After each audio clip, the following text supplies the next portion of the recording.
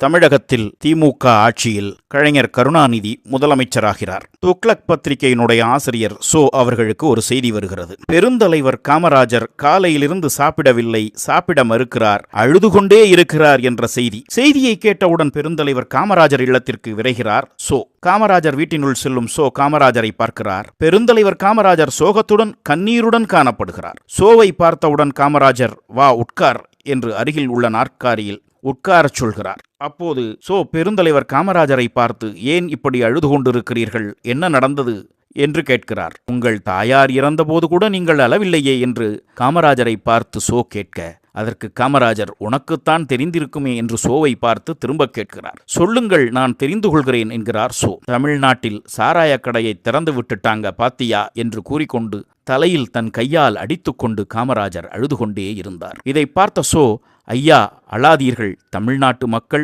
உங்களுக்கு செய்த பாவத்திற்கு அவர்கள்தான் அழ வேண்டும், உங்களுக்கு எதிராக ஓட்டு போட்ட மக்கள்தான் அழ வேண்டும், நீங்கள் ஏன் அழுகிறீர்கள் என்று சோ பெருந்தலைவரை பார்த்து கேட்டார். அதற்கு பெருந்தலைவர் காமராஜர், மக்கள் பாவம்பா, இப்போதுதான் ஒரு தலைமுறை ஏழை மற்றும் அடித்தட்டு மக்கள் படித்து முன்னேறி கொண்டிருக்கிறார்கள், குடி என்பதை பற்றி தெரியாமல் மறந்து இருந்தார்கள், இனி குடியால் தமிழக மக்கள் வாழ்க்கை பாழாய் போய்விடும் என்று சொல்லியபடியே தலையில் அடித்துக்கொண்டு அழுது கொண்டிருந்தார் காமராஜர். இதை பார்த்த சோ காமராஜரை பார்த்து, ஐயா எல்லாம் மக்கள் தலைவிதிப்படி நடக்கும், வருகிறேன் என்று கூறிக்கொண்டு சோ சோகத்துடன் காமராஜர் வீட்டை விட்டு வெளியே வந்தார். அப்போது சோ நினைத்தாராம், பெருந்தலைவர் காமராஜருக்கு குடும்பம் இல்லை என்று நினைப்பேன், அது தவறு என்று புரிந்து கொண்டேன், தமிழக மக்கள் அனைவரையுமே அவர் தன் குடும்பமாக நினைத்து வாழ்ந்திருக்கிறார், இந்த மகானை தோற்கடித்த மக்கள் பெரும் பாவத்தை செய்துவிட்டார்கள் என்று நினைத்து கவலை அடைந்தேன் என்று சோ குறிப்பிட்டிருக்கிறார்.